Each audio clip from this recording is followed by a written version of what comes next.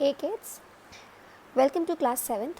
This is your science biology teacher from the Indian Revolutionary School, and today we shall undergo the first chapter of your science book, that is Nutrition in Plants.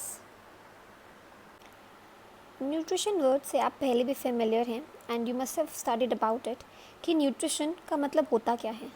सो जो भी nutrition का मतलब होता है उस particular process को plants में कैसे किया जाता है हमें इस चैप्टर में ये पढ़ना है. तो let's begin with the chapter. तो व्हाट इज़ न्यूट्रिशन? अभी रिसेंटली आई टोल्ड यू कि वो प्रोसेस जिससे हम फूड का इनटेक करें, that simply means nutrition. So food क्यों, why do we need food? कुछ तो देता होगा. So what does it give us?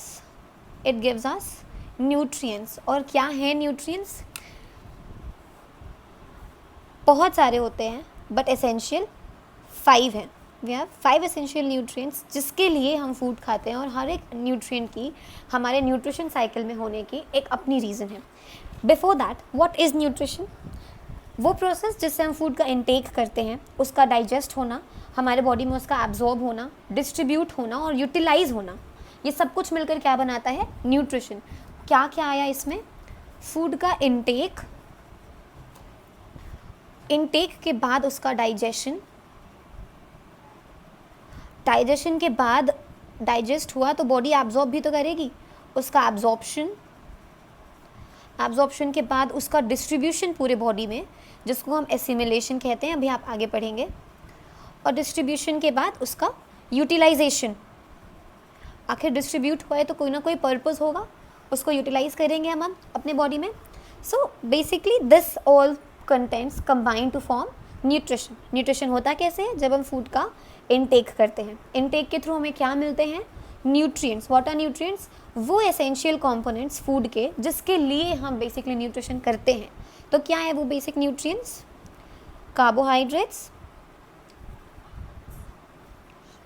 Fats, proteins, vitamins and minerals. इसके अलावा वाटर और रफेज भी है, that is also important nutrient, लेकिन वो रफेज के सेक्शन में काउंट होता है. So these are the basic 5 nutrients. क्या पर्पस होता है इन न्यूट्रिएंट्स का? अगर हम एसेंशियल कह रहे हैं तो दैट इज़ वेरी ऑब्वियस कि इस साइकिल में आने वाला हर एक जो न्यूट्रिएंट हमें मिल रहा है उसकी इंडिविजुअल इंपॉर्टेंस होनी चाहिए.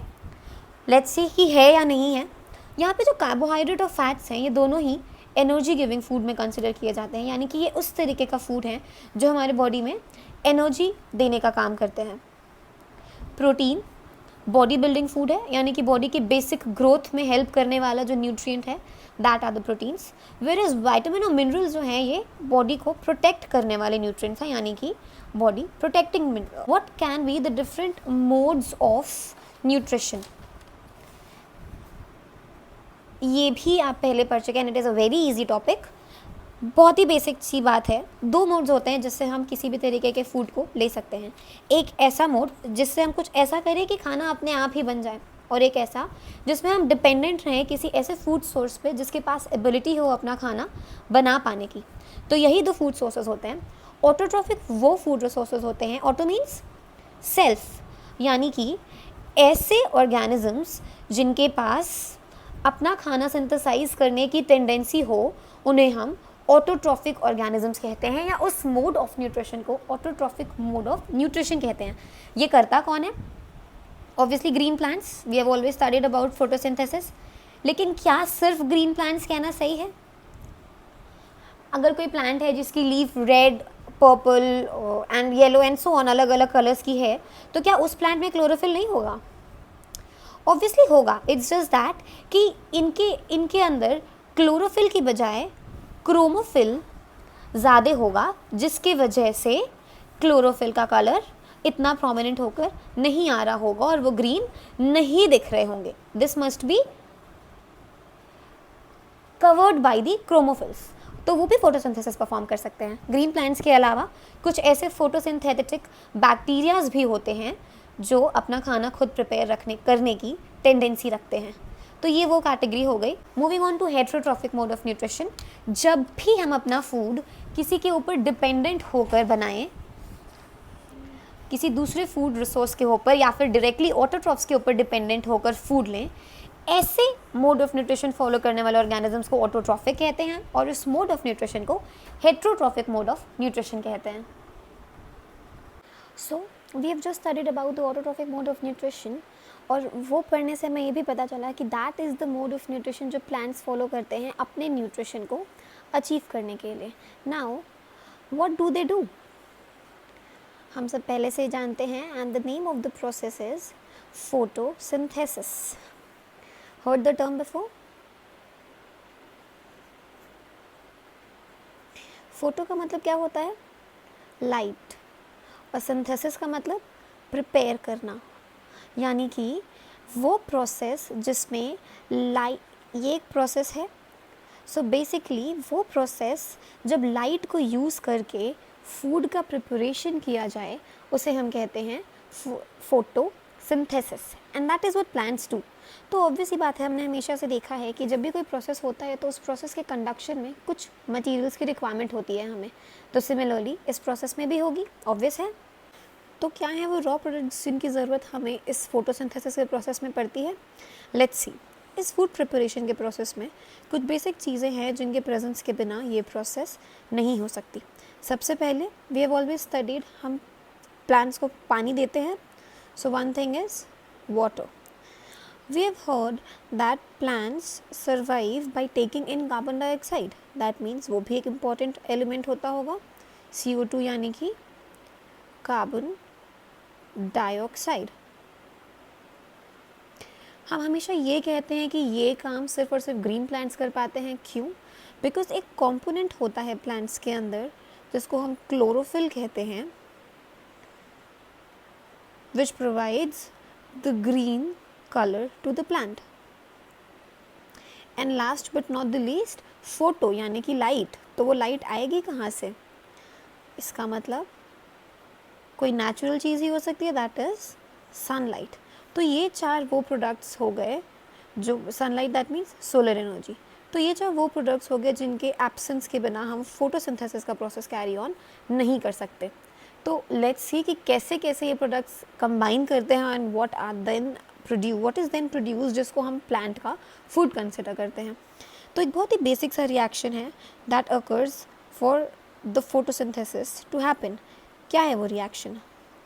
जब कार्बन डाइऑक्साइड वाटर से कंबाइन करता है, किसके प्रेजेंस में? सनलाइट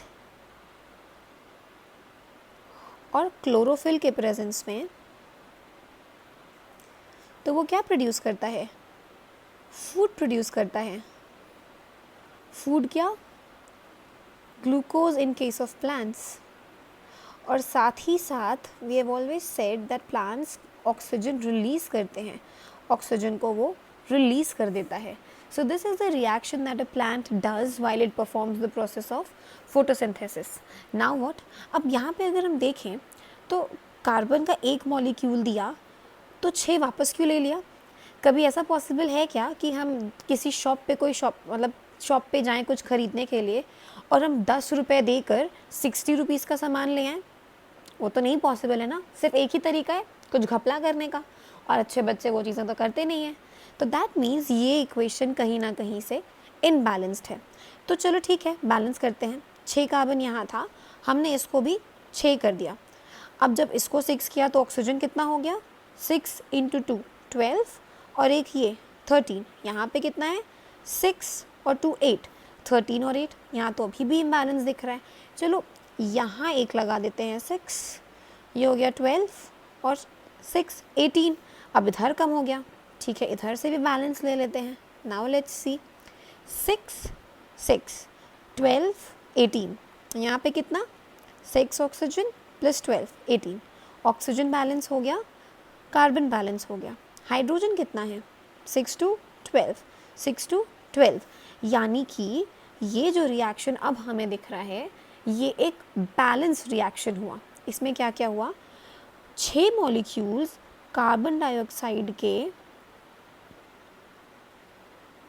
जब वाटर के मॉलिक्यूल्स से कंबाइन करते हैं सनलाइट और क्लोरोफिल के प्रेजेंस में, तो वो प्लांट का फूड यानी कि ग्लूकोज के साथ साथ ऑक्सीजन गैस रिलीज कर देते हैं, and this is the process which we call as photosynthesis. इस प्रोसेस में हमने देखा कि गैसेस का एक्सचेंज हो रहा है, कार्बन डाइऑक्साइड जा रहा है, ऑक्सीजन निकल रहा है, तो आखिर अगर ये एक्सचेंज हो रहा है तो हो कैसे रहा है? तो ये जो ग्रीन प्लांट्स होते हैं इनके लीव्स पे बहुत ही स्मॉल माइक्रोस्कोपिक स्ट्रक्चर्स मौजूद होते हैं जिनको हम स्टोमेटा कहते हैं, और मौजूद कहाँ होते हैं? लीव्स के लोअर बेस पे, यानी कि लीफ का वो हिस्सा जो ज़मीन की तरफ होता है।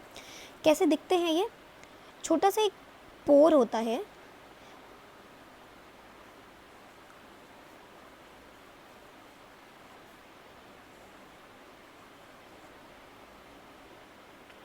ये होती हैं इसकी एक्सेसरी सेल्स।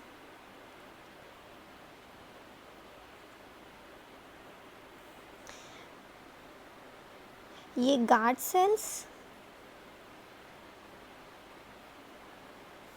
ये जो है ये है स्टोमेटल पोर, और इस गार्ड सेल के ऊपर ये जो छोटे छोटे सर्कल्स दिख रहे हैं आपको, ये है क्लोरोप्लास्ट। सो ये वो स्ट्रक्चर है जिसके थ्रू ये गैशियस एक्सचेंजेस प्लांट्स परफॉर्म करते हैं। That is called as stomata. What is stomata? A tiny pore present over the surface of the leaves which helps the plant to exchange the gases. So here we are done with photosynthesis, and how does this occur? अच्छा, इन सारे ही process में what do we realize कि कुछ ना कुछ एक ऐसी चीज़ है जो अल्टीमेट सोर्स ऑफ एनर्जी है यहाँ पर। कैसे? और वो क्या है? वाटर एनर्जी है? ऑब्वियसली नहीं। कार्बन डाइऑक्साइड गैस है? क्लोरोफिल? नहीं। हमने यहाँ पे एक टर्म यूज़ किया था, सोलर एनर्जी। क्या यही है वो solar energy? Sunlight is that thing which is the ultimate source of energy? Yes, यही है वो ultimate source of energy which is alone capable of providing a lot of forms of energy. इसी से हमें लाइट एनर्जी मिलती है, we get heat energy from here. बहुत सारे ऐसे प्रोसेसेस हैं जो अब सोलर पैनल्स के बेसिस पे होने लगे हैं। सो बेसिकली अब हुआ क्या, हमने क्या रियलाइज़ किया कि इनके प्रेजेंस में प्लांट्स ने अपना खाना बनाया फोटोसिंथेसिस करके। हम इन्हीं प्लांट्स के ऊपर डिपेंडेंट होके, क्योंकि हम सब हेटेरोट्रॉफ्स हैं, अपना खाना लेते हैं। दैट मीन्स कि ग्रीन प्लांट्स तो इस पर डिपेंडेंट थे, डायरेक्टली इनडायरेक्टली हम सारे के सारे हेटेरोट्रॉफ्स भी किस पे डिपेंडेंट हो गए? इसी प्रोसेस पे। That means this turns to be the ultimate source of energy, यानी कि जितने भी प्रोसेसेस हो रहे हैं इस यूनिवर्स में उनका डायरेक्टली या इनडायरेक्टली जो बेसिक सोर्स है एनर्जी का वो सनलाइट है। Now you must have heard about cells. क्या होती हैं सेल्स?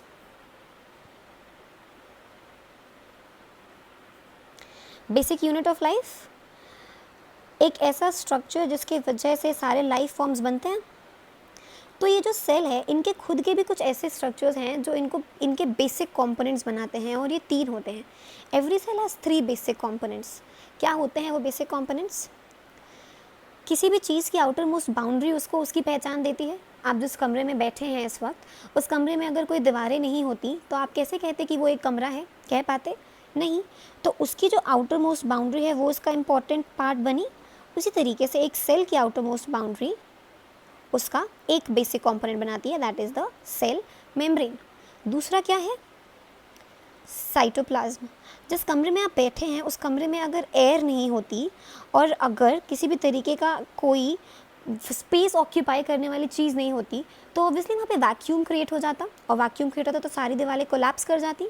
उसी तरीके से अगर इस सेल के कंटेंट को, स्पेस को फिल करने के लिए कोई चीज़ नहीं होती तो सेल कोलैप्स कर जाता। तो साइटोप्लाज्म वो लिक्विड है, वो जेली टाइप की लिक्विड है जो सेल के स्पेस को फिल करती है और दूसरे सेल ऑर्गेनेल्स को सर्वाइव करने की जगह देती है। And the third is nucleus. हम सारी चीज़ें कर रहे हैं पर इन सारी चीज़ों को सुनने के लिए, समझने के लिए, ऑपरेट करने के लिए या रिएक्ट करने के लिए हमारे पास हमारा दिमाग नहीं होता, तो क्या हम एक प्रॉपर एक वेल ग्रोन इंडिविजुअल कहलाते? नहीं ना। तो जिस तरीके से हमारा ब्रेन हमें एक वेल ग्रोन इंडिविजुअल या एडल्ट बनाता है, उसी तरीके से जो न्यूक्लियस होता है वो सेल का ब्रेन होता है, और सेल में होने वाला हर एक एक्शन डायरेक्टली या इनडायरेक्टली यही ऑर्गेनेल कंट्रोल करता है। तो हर एक सेल के 3 बेसिक, अगर वो सेल है और वो लिविंग है तो उसके 3 बेसिक कंपोनेंट्स होंगे। Cell membrane, cytoplasm, nucleus.